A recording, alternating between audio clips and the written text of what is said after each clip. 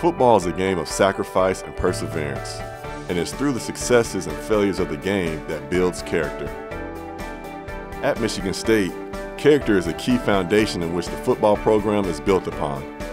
And fifth-year seniors Jarius Jones and Blake Treadwell are guys whose everyday actions reflect just that.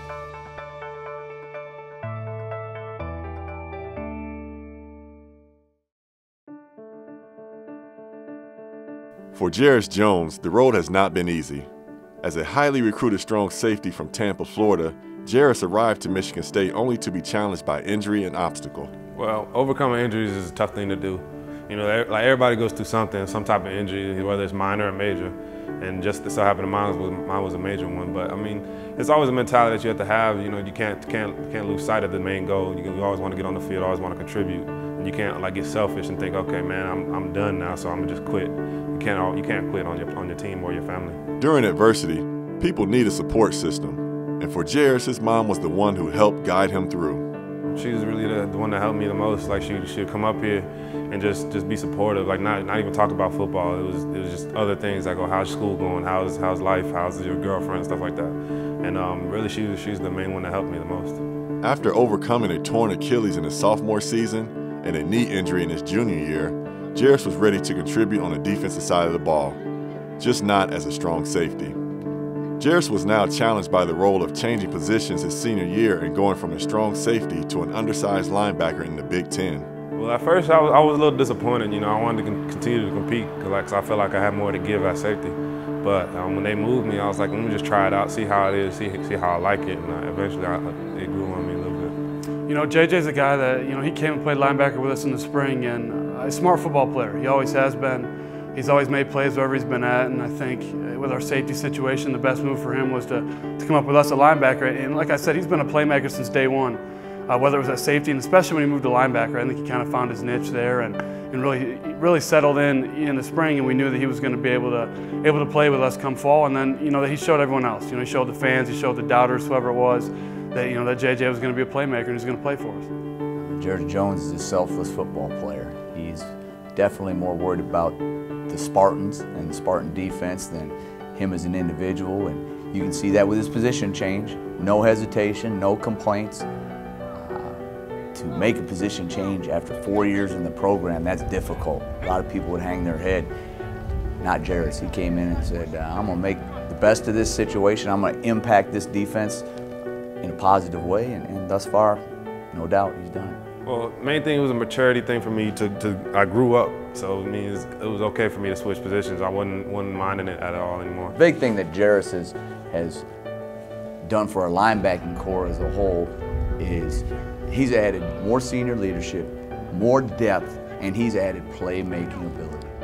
Jarius embraced these challenges and took them head on, and now has established himself as a playmaker on this nationally recognized defense. Van Tubergen in the shotgun. Fires over the middle. It's going to be picked off and lateraled. It's flipped back. It was lateral to Curtis Drummond. It was picked off by Jarius Jones. Curtis Drummond's into the end zone. Touchdown, MSU! What a heads-up play there. Set out wide to the right. Look out for Corey Davis, set left. Terrell takes the shotgun snap, throws right side. It's going to be picked off. Nice. Picked off. Jarius Jones got another one. Exciting game number one for Jarius Jones, no doubt about it. First 2 interceptions of his career, game changers, having the head on his shoulders to pitch the ball to Curtis for a touchdown when the opportunity was there, smart enough to tuck it away and not pitch it when the opportunity wasn't there. So I'm excited for him. Great start to the senior season. Well, it's something I told the DBs when I was in the DB room. I was just joking around. Like, I was like, my first pick is gonna be, I'm pitching it. Like, I was just joking around and stuff like that, and it happened to be that way. That's how it turned out. Well, creating turnovers is the main thing that we emphasize in the offseason. That's the main thing. Like, not stopping the run. I mean, that's always the emphasis. But the main thing, like, we do turnover circuit every day. So it's just getting turnovers. If we don't get them, we'll probably be in trouble for it. I'm proud of the way Jarius has developed over the course of this past year at linebacker and then his whole career. There's no doubt he realizes this is his last go-around, and you can see it in his leadership.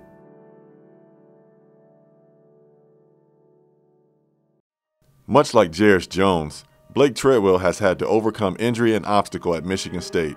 Well, if you ask Blake Treadwell, he is a guy that he's had quite a few ups and downs here at Michigan State. His dad was here when he first got here as a coach, and that's different for a lot of players than his dad leaves, which is also different for a lot of players. Blake Treadwell's been back and forth, hurt, this and that, and he's always, had his nose to the grindstone. All the tough times I went through, I've hit some low points in my college career, being injured and stuff. There's always just this, when you think I'm about to get knocked out, that last punch always came back swinging. I think that's the strongest thing about Blake Treadwell is his character. He does everything the right way, and that's a huge example for our offensive line. He's just been tough his whole 5 years here, and that really helps us get through, and it really helps us lead. I think one of the main reasons he's been able to overcome, he's been able to ride the storm. He's been in the eye of that storm with his injuries. He's been in the eye of the storm with the position change. And I think that's one of the strongest characteristics about Tready, is that he is able to continue to press forward. But Blake has not only grown as a football player, he has established himself as a leader. Blake Treadwell has really become a leader on our team because he started being vocal. From the moment he steps on the field, he's a leader by example. One of the toughest guys on the team, one of the nastiest guys on the O-line. And then he started being vocal, and he's just so wise with his experience from moving from defense to offense, and he just brings so much to the table as far as toughness and experience goes. He's a guy you can look at to do the right thing. I think he's always been kind of a leader in his own right. Whether that's by talking or more by action, I think it's always been. But now he's developed into more of a mature person, and that's made him more vocal. He's a good player for us, and he has been the last 3-4 years. So that's allowed him to have more of a platform to speak from, and I think his words and his actions are being heard now louder than they ever have. He now knows what it takes. He understands.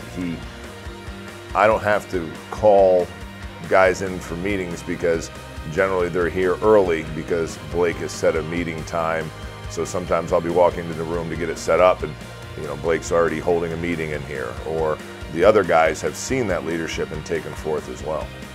Elected as a captain by his teammates his senior year, Blake has embraced his role leading not only by example, but also vocally.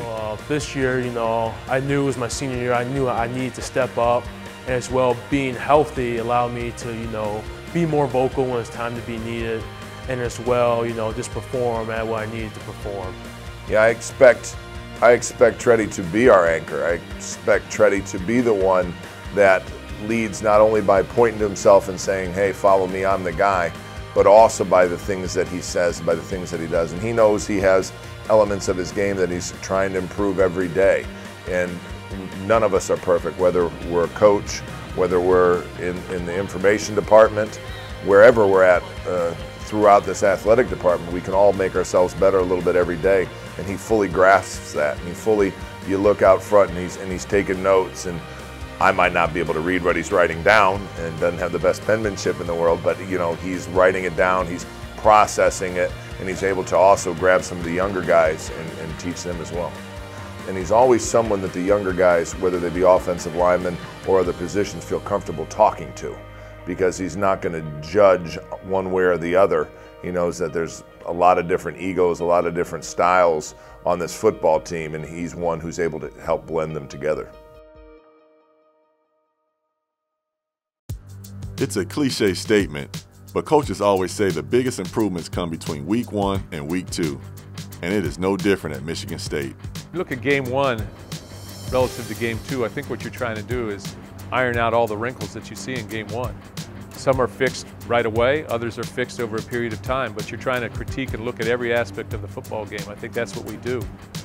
We spend our entire day, as I said earlier, talking about the process, trying to put that product on the field, the best product as possible. I think without question, it's game time, it's showtime. It's time to provide thrills, and hopefully we're doing that. But it comes with hard work, and it's a balancing act because everything's got to work together. The throw, the catch, the run, the tackle, the block, it all has to work in cohesion to do that. So there's a lot of effort by a lot of different people getting ready for that point where you see it all come together. But we've sort of adopted chasing it. And that's what we have to do. Nothing's going to come to us. People don't always see the process that goes into making this product, but it's an enduring one. We need to continue to force it and do it with excitement, but we're excited about the opportunities. For the Spartans, a key position that can be improved is that of the quarterback. And this week against South Florida, it will be a position of change as redshirt sophomore Connor Cook will get to start under center. Well, yeah, we wanted to create a little bit of change, I think. I think change sometimes is good. So, you know, the quarterback is in a position where he has to lead our football team. And sometimes, you know, the leader has to be changed. And I understand that. Being a head football coach, believe me, I understand that aspect. But we wanted to give an opportunity for Connor Cook. We wanted to provide an opportunity for Tyler O'Connor. You know, it doesn't mean that Andrew Maxwell is still not being afforded opportunities, but we wanted to give them an opportunity. Cook did some good things last week in terms of running the football, needs to be more consistent throwing. But we need to provide that spark and see if it changes things. And you know, we're going to find out. With opportunity comes opposition. And with Michigan State squaring off against South Florida Saturday afternoon, the Spartans will look to make the most of their opportunity.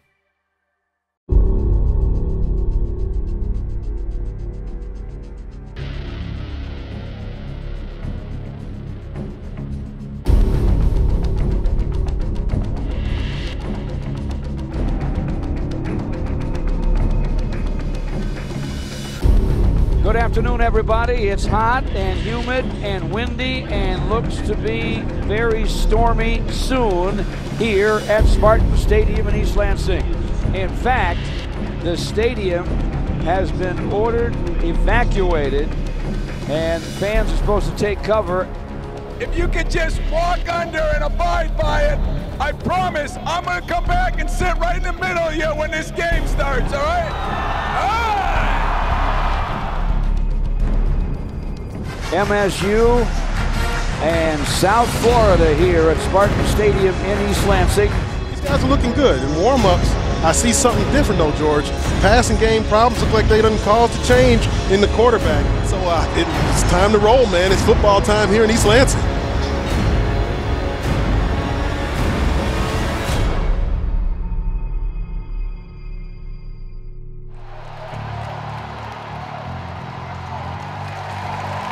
Connor Cook is under center, offset eye right, Pendleton in front, and they'll give it to Hill. It's Nick Hill scrambling up to midfield.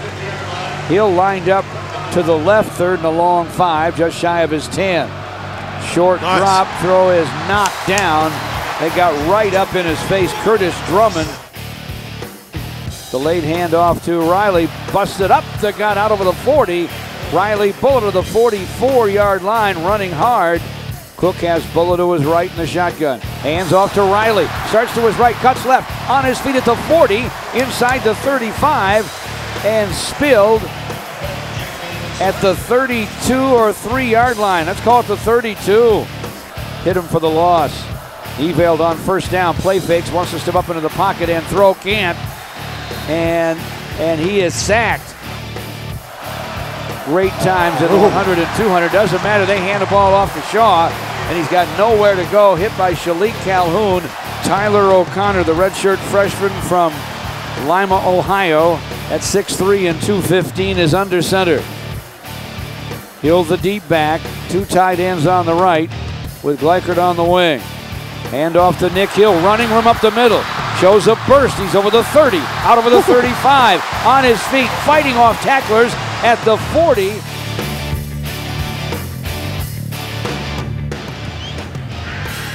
Short shotgun snap to Tyler O'Connor, winds up, throws over the middle. Catch is made by McGarrett Kings. Mumphrey in motion. They'll hand to Mumphrey running to his left. He'll hand it back to Burbridge running to the right. Aaron Burbridge at the 25, now the 20. He's at the 15-yard line and is spilled inside the 15 at the 11-yard line on the near right sideline. R.J. Shelton, the true freshman, off to the right. They'll hand to Shelton, coming around right to left. Shelton's at the 5. Kevin Muma will kick. Missed it. Wide left. First and 10 for South Florida at their 20. Offset eye right behind Eveld. Medium drop, hit as he winds up. That's going to be a fumble, I believe. Scooped up by Shalik Calhoun. He's into the end zone. Do you believe it? 2 games, 2 scooped up fumbles for touchdowns by Shalik Calhoun. Touchdown, MSU. 1st and 10 at their 39. Straight eye behind Eveld. Back to throw, slips under pressure at the 30, and down he goes. Calhoun there to make sure he stayed down. We'll try this one from the 11, a 21-yard try. The snap and the boot, it's up and it's good. And the South Florida Bulls have clawed back to within 1 here, and that will run us out of time here in the first half. Our halftime score here, Michigan State 7, South Florida 6. I tell you what, if you're a South Florida fan, I think they've played as well and as hard as you'd like them to if you're their coach. Without question. I mean, they've led in one of the key categories, George, and that's time of possession. 17 minutes and 56 seconds to Michigan State's 12 minutes, just over 12 minutes. That's got to change. Langford to his left in the shotgun on 2nd and 5. 3 wideouts to the right. Hands to Jeremy up the gut. Jeremy's got a first down and change. Jeremy Langford out to the 38-yard line for Maxwell, with Langford to his left in the shotgun. Andrew slips away from a defender, scoots it out in the right flat to Jeremy Langford, and Langford makes a nice catch in a crowd. Rolls out of the huddle at the 39-yard line of MSU. Spartans lead them 7-6. Eveld with a medium drop, in trouble. Hit as he throws the ball. Flies away. Shalik Calhoun's got another one. He's at the 40-yard line of South Florida. He's at the 30, the 20. He's at the 10. He's into the end zone. Touchdown, MSU.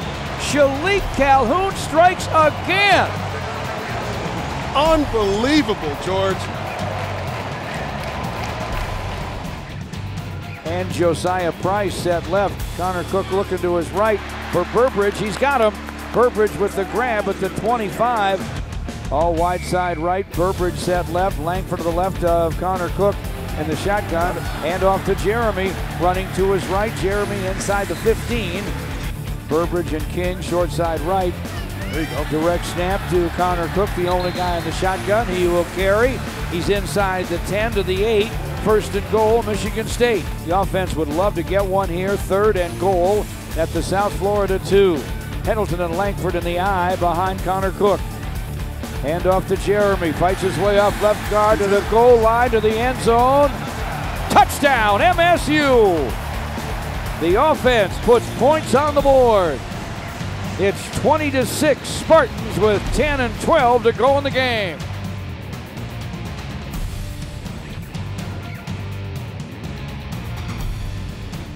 Pendleton in front of Nick Hill behind Connor Cook. Benny Fowler in motion right to left. And off to Nick Hill. Scoots through right guard. Nick Hill stays on his feet at the 45. He's up to midfield and stopped just short of midfield.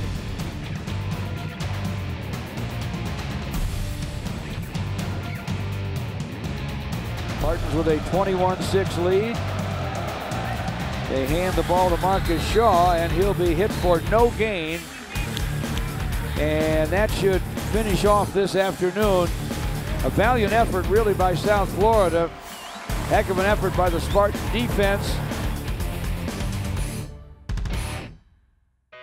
Yeah, I think our defense played outstanding. You know, when you're 1 out of 14, really on 3rd and 4th down, good things are going to happen. We pressured the quarterback, hit the quarterback a lot, come up with 2 big fumble recoveries, an interception and a fumble recovery, both for touchdowns, so things get a little skewed in terms of time of possession when you do that, but just an outstanding job by our defense. It's always great when the defense scores. So, I mean, for us to be able to do it twice, you know, this is our 2nd game. It's happening in our 2nd game, so for that to happen, we're just, you know, we're extremely grateful. But, I mean, we love being that ignition, you know. We like being that catalyst, you know, to spark us up, you know, to get us all riled up, get the offense riled up and ready to go, you know, ready to come out and punch someone in the mouth. And, you know, come out very, very aggressive. Yeah, you know, I don't think I've coached 30 years. I don't think I've had been on a football team where there's been a guy that scored 3 times in 2 games. So he's doing tremendous things out there, and again, it goes back to our defense and what we've been talking about, and trying to get turnovers and sacks and hitting the quarterback and limiting things. But our guys know what they're doing, and they do it well. Coach says, you know, pound, green, pound. I feel like this is what we're doing. We're creating, you know, a situation where we've been pounding. We're going to pound on defense, and it's just a matter of time before we start pounding on offense. So, I mean, pound, green, pound is all I can say. Well, I had it in my mind with, hey, you go 3 series, and you've got to move the football, and you got to score points. So if that's not happening, we're going to go to the next guy who deserves an opportunity. And we did that with Tyler as well, and I think we went three opportunities there, or 2. I'm not sure, but we played them. And at the end of the first half, you know, I mean, I'm not going to apologize for it. We had no points on the board other than, you know, a fumble recovery for a touchdown. So we're going to make a change. Went back with Maxwell because I think that we could run the ball. We needed to be efficient in the passing game, and I thought that he had the most knowledge and most experience in doing that. And then we went back with Cook in the 4th quarter. I feel like it's all just in our heads. I feel like it's all confidence. You know, we just got to believe that we can execute. We got to believe that we can make the plays. And I think as long as we just keep believing and get the rock rolling, the rock won't stop. Sometimes you start slow, and it's going to happen. You know, it's going to happen. And luckily, we were able to bounce back and just, you know, keep working hard and keep pushing to get better.